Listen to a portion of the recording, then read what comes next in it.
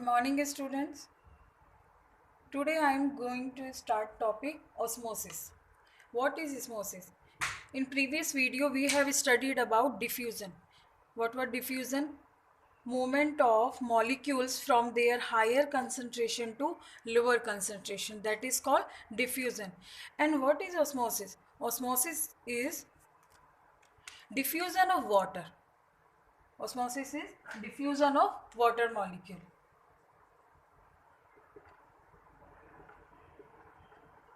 अब यहाँ पर आपको टू टर्म्स याद रखनी है कि वाटर का डिफ्यूज़न तो हो रहा है from there higher concentration to lower concentration, but through a membrane. ये मेम्ब्रेन है। और वाटर का मूवमेंट क्या होगा? From higher concentration to lower concentration. Then how we define osmosis? Diffusion of solvent molecule, only solvent molecule across the semi-permeable membrane, is called as osmosis. Osmosis में to terms याद रखनी है, diffusion of water और solvent molecule move across the semi permeable membrane. What is semi-permeable membrane? Semi-permeable membrane means which allow solvent only, not solute. That is called semi-permeable membrane. For example, gall bladder, parchment paper, that is example of semi-permeable membrane which allow solvent molecules, not solute. We can understand osmosis process by this experiment. यहाँ पे देखिए आपको ये funnel दिख रही है. Here inverted funnel है which is filled with sugar solution. अब ये शुगर सॉल्यूशन से जो ये फनल है ये इन्वर्टेड प्लेस की हुई है एक बीकर में, और beaker is filled with water. यहाँ पर इस फनल में क्या है? Sugar solution. इस बीकर, ये जो है फनल है, इसके माउथ पर ये पर्चमेंट में पेपर जो है ये इससे कवर है, यानी funnel is covered with parchment paper. जो इसके माउथ पर ये पर्चमेंट पेपर लगा दिया. अब यहाँ पे पर्चमेंट पेपर क्या कर रहा है? Act as semi permeable membrane. देखिए वाटर, अब यहाँ पर वाटर की कंसंट्रेशन हाई कहाँ है? बीकर में. और शुगर सोल्यूशन है जहाँ पे वाटर की कंसंट्रेशन क्या है? लो. अब ऑस्मोसिस क्या होता है? Diffusion of water from higher concentration to lower concentration. यानी शुगर सोल्यूशन में वाटर की कंसंट्रेशन लो है बिकॉज इसमें क्या भी और मिक्स है, शुगर भी मिक्स है, यानी वाटर की कंसंट्रेशन यहाँ पर लो है. तो water will move from beaker to the funnel. और ये कहाँ से पास हो रहा है? Through semi permeable membrane. और सेमी परमेबल मेम्ब्रेन यहाँ पे क्या है? Parchment paper. तो आप क्या देखोगे, जब वाटर एंटर होगा तो इस फनल में जो शुगर सोल्यूशन लेवल है वो राइज हो गया. पहले इनिशियल लेवल है और यहाँ पर ये क्या हो गया? ये इसका जो फाइनल लेवल है इट राइजेस. और ये जो फनल है ये कि स्टैंड से फिक्स की हुई है. तो ऑस्मोसिस क्या हुआ यहाँ पर? वाटर का movement from higher concentration to low concentration through a semi permeable membrane act as, जो यहाँ पर क्या है semi permeable membrane? Parchment paper. अब हम देखेंगे कि जो ऑस्मोसिस होता है इसके टाइप्स कौन से. टाइप्स ऑफ ऑस्मोसिस समझने से पहले हम ये देखते हैं कि सॉल्यूशन के क्या टाइप होते हैं, फिर ये हम क्लियरली समझ जाएंगे. देखिए, there are three types of solution: hypotonic solution, hypertonic solution and isotonic solution. Hypotonic solution क्या? अगर किसी भी सॉल्यूशन को समझना है तो हमें हमारे पास टू सॉल्यूशंस होने चाहिए जिनसे हम कंपेयर करें कि कौन सा हाइपोटोनिक है और कौन सा हाइपरटोनिक है. तो यहाँ पर देखिए हाइपरटोनिक में एक ये सेल है जो किस में रखी हुई है? एक वाटर फिल्ड बीकर में है. अब यहाँ पर अगर हम सेल सेप, जो सेल के अंदर जो भी साइटोप्लाज्म है उसमें अगर हम कंसंट्रेशन कंपेयर करें वाटर की, तो आपको दिखेगी कि जो वाटर की कंसंट्रेशन है वो हाई कहाँ पर है? बीकर में. वाटर की कंसंट्रेशन क्या है, हाई, यहाँ बीकर में, तो हम कहेंगे कि ये जो बीकर है ये कैसा सोल्यूशन है, हाइपोटोनिक। कैसा सोल्यूशन है, hypotonic, because it contain high concentration of water molecules as compare to cell sap, यानी जो ऑस्मोटिक कंसंट्रेशन है सेल की वो हाई है, और यहाँ पर वाटर मॉलिक्यूल्स जो बीकर की वाटर मॉलिक्यूल कंसंट्रेशन हाई है। अब आपको पता है कि ऑस्मोसिस क्या होता है कि high concentration to low concentration water molecules का मूवमेंट होगा, तो ये वाटर मॉलिक्यूल्स सेल में एंटर होंगे। जैसे ही सेल में एंटर होंगे it is called as endo osmosis, because water molecules moves into the cell, और सेल कैसी हो जाएगी, स्वेल्स अप। क्लियर? जब वाटर एंटर करता है सेल में that is called endosmosis. Second condition देखते हैं, हाइपरटोनिक सॉल्यूशन। देखिए यहाँ पर हमने एक हाइपरटोनिक मीन्स होता है कि अगर हमने कोई भी स्ट्रॉन्ग सॉल्ट या फिर स्ट्रॉन्ग शुगर सॉल्यूशन ले लिया, यानी जिसमें वाटर की कंसंट्रेशन क्या होगी, लो होगी as compare to other solution. यहाँ पे सेल जो है वो अदर सॉल्यूशन मान लिया हमने कि ये जो सेल है इसमें वाटर की कंसंट्रेशन हाई है, वाटर की कंसंट्रेशन इस सेल में हाई है, और यहाँ पर बीकर में सोल्यूट की कंसंट्रेशन हाई है एज कंपेयर टू सेल। तो ये सॉल्यूशन कैसा हो गया, हाइपरटोनिक। बिकॉज ये कैसा होगा, हाइपरटोनिक मीन्स स्ट्रॉन्ग सॉल्ट या स्ट्रॉन्ग शुगर, यानी स्ट्रॉन्ग सोल्यूट सॉल्यूशन कह सकते हैं हम। तो वाटर का मूवमेंट कहाँ से होगा, from cell to beaker, that is called exosmosis. When water moves out to the cell that is called exosmosis. तो क्या होगा, सेल फ्लैसिड हो जाएगी, cell become flaccid. And third is isotonic. अगर दोनों ही सॉल्यूशन की जो कंसंट्रेशन है वो इक्वल है, सेल में भी और यहाँ पर बीकर में भी, यानी ये जो सॉल्यूशन है अगर ये इक्वल है तो cell remains to it size, जो इसका साइज है वो वहीं रहेगा, यानी ये मूवमेंट नहीं होगा। यानी यहाँ पर क्या हो गया, डायनेमिक इक्विलिब्रियम हो गया है कि neither water moves in nor moves out, तो that is called isotonic solution. तो हम एंडोस्मोसिस को हम कैसे डिफाइन कर सकते हैं कि ऑस्मोसिस के टू टाइप्स हैं, endosmosis and exosmosis. Endosmosis means entry of water into the cell and exosmosis means exit of water to the cell. Clear? When cell put into hypotonic solution, hypotonic solution, तो क्या होगा, endosmosis. When cell put in hypertonic solution, that तो क्या होगा, exosmosis. Clear? अगर अब हम देखेंगे कि नेक्स्ट टर्म है जो इससे रिलेटेड है कि व्हाट इज प्लाज्मोलाइसिस। देखिए व्हाट इज प्लाज्मोलाइसिस, ये एक सेल है, outer layer is cell wall, जो इसके अंदर होती है that is cell membrane, this is nucleus,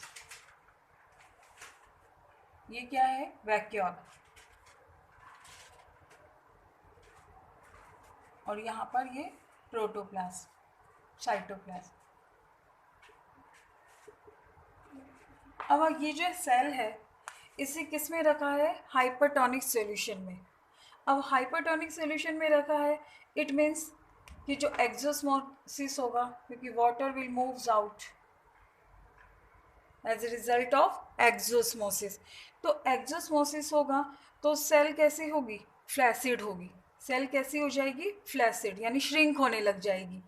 जब श्रिंक होने लगती है यानी ये लॉन्गर टाइम तक अगर कोई भी सेल हाइपरटोनिक सॉल्यूशन में रही है तो ये जो सेल मेम्ब्रेन है जो किसको कवर कर रही है, प्रोटोप्लाज्म को, ये क्या हो जाती है, इस सेल वॉल से डिटैच हो जाती है। ये जो सेल मेम्ब्रेन है जो प्रोटोप्लाज्म को कवर कर रही है, it detaches from the cell wall, और ये क्या होता है, प्रोटोप्लाज्म श्रिंक होने लग जाता है। This condition is called incipient plasmolysis.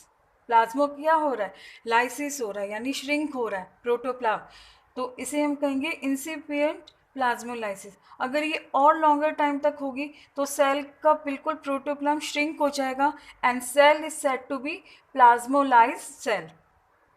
Cell flaccid होके प्लाज्मोलाइसिस स्टार्ट होगा। इनिशियल स्टेज पर तो ये आएगा और ये प्लाज्मोलाइसिस हो जाएगा सेल का। अगर इंसिपिएंट प्लाज्मोलाइसिस स्टेज पर ही इस सेल को किस में अगर रख देते हैं, हाइपोटोनिक सॉल्यूशन में, तो हाइपोटोनिक सॉल्यूशन में वाटर एंटर होगा सेल में as a result of endosmosis.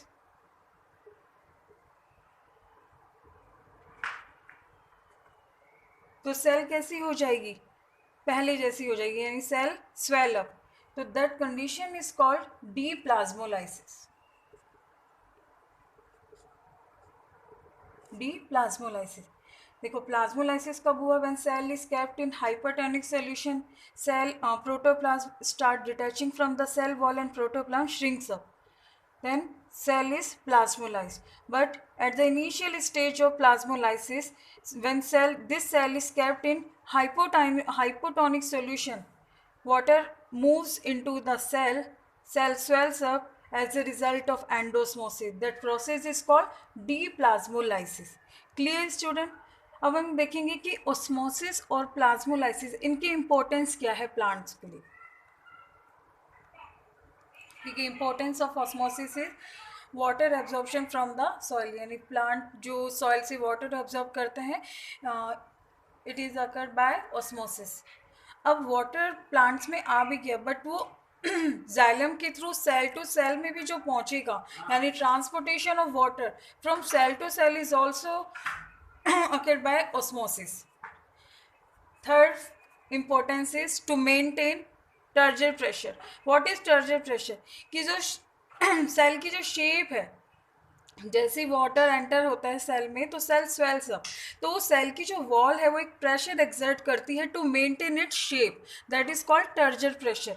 तो वो टर्जर प्रेशर भी किसकी वजह से है? To maintain, this word is maintain, to maintain turgor pressure. Origin of root pressure. Root pressure कहाँ जो ओरिजिनेट होता है, यानी रूट जो वाटर है वो opposite to the gravitational force water move करेगा प्लांट्स में, तो वो एक रूट प्रेशर जो जनरेट हो रहा है that is also occurred by osmosis. Opening and closing of stomata, कि वो जो स्टोमेटा क्या करेंगे, जब उनमें उसका ऑस्मोटिक प्रेशर हाई होगा तब वो ओपन हो जाएंगे, जैसे ही ऑस्मोटिक प्रेशर लो होगा तो ये क्लोज हो जाएंगे। क्लियर? तो ये थी इम्पोर्टेंस ऑफ ऑस्मोसिस। अब हम देखते हैं कि प्लाज्मोलाइसिस की क्या इम्पोर्टेंस है। देखिए तो इम्पोर्टेंस ऑफ प्लाज्मोलाइसिस इज, अगर लिविंग सेल और नॉन लिविंग सेल के बिटवीन डिस्टिंग्विश करना है तो प्लाज्मोलाइसिस इम्पोर्टेंट कैसे है कि plasmolysis doesn't occur in non living cell.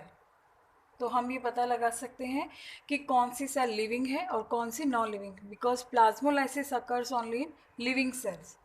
To measure osmotic pressure, जब इंसिपिएंट जो प्लाज्मोलाइसिस स्टेज होती है, यानी at the initial stage of plasmolysis, तो उससे मेज़र हो जाता है किसी भी सेल का ऑस्मोटिक प्रेशर।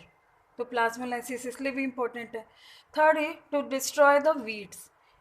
अगर वीड्स की रूट्स पर सॉल्ट का सॉल्यूशन अगर हम डाल दें तो वो क्या हो जाएंगी, वो रूट्स जो होंगी वो प्लाज्मोलाइज्ड हो जाएंगी और उनकी ग्रोथ स्टॉप हो जाएगी, टू डिस्ट्रॉय द वीड्स।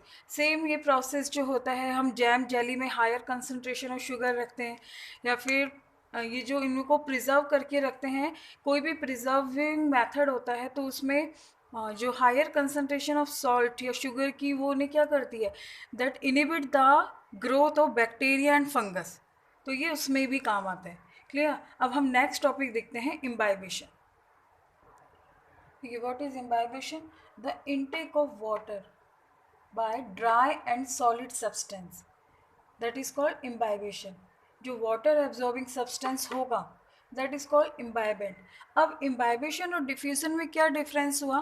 देखिए डिफ्यूजन क्या हुआ था, उसमें कंसंट्रेशन ग्रेडियंट होता था, यानी कंसंट्रेशन डिफरेंस होता था। एक जगह तो लोअर कंसंट्रेशन होती थी, एक जगह हायर है। But in case of imbibition यहाँ पर एक वर्ड आया है ड्राई। ड्राई यानी यहाँ पर जीरो कंसंट्रेशन है।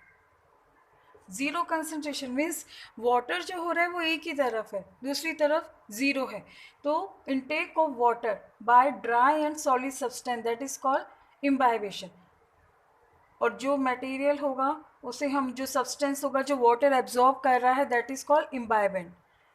इसकी एग्जांपल है जैसे रेनी सीजन में wooden door swells up, that is called imbibition. अब इम्पोर्टेंस क्या है? देखिए during the seed germination water absorb किया सीड ने, सीड में भी क्या है, वाटर लेवल ज़ीरो है, यानी वाटर उसमें एब्सेंट होता है सीड में।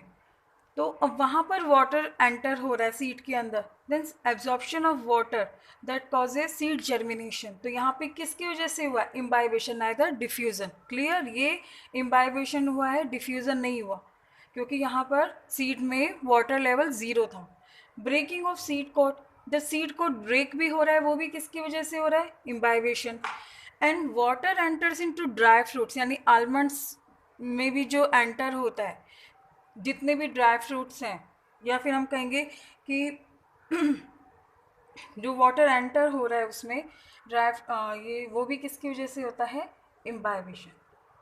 क्लियर? तो आपको इम्बाइबेशन और डिफ्यूज़न में डिफरेंस पता लग गया कि डिफ्यूज़न अकर्स इन जहाँ पे कंसंट्रेशन ग्रेडियंट होता है, और इम्बाइबेशन में ऐसा नहीं है, बिकॉज वाटर का मूवमेंट एक ही साइड से, दूसरी जगह ज़ीरो है। Okay student, these are about the imbibation, osmosis, plasmolysis and deplasmolysis. If you have any query then ask me. Okay, thank you very much.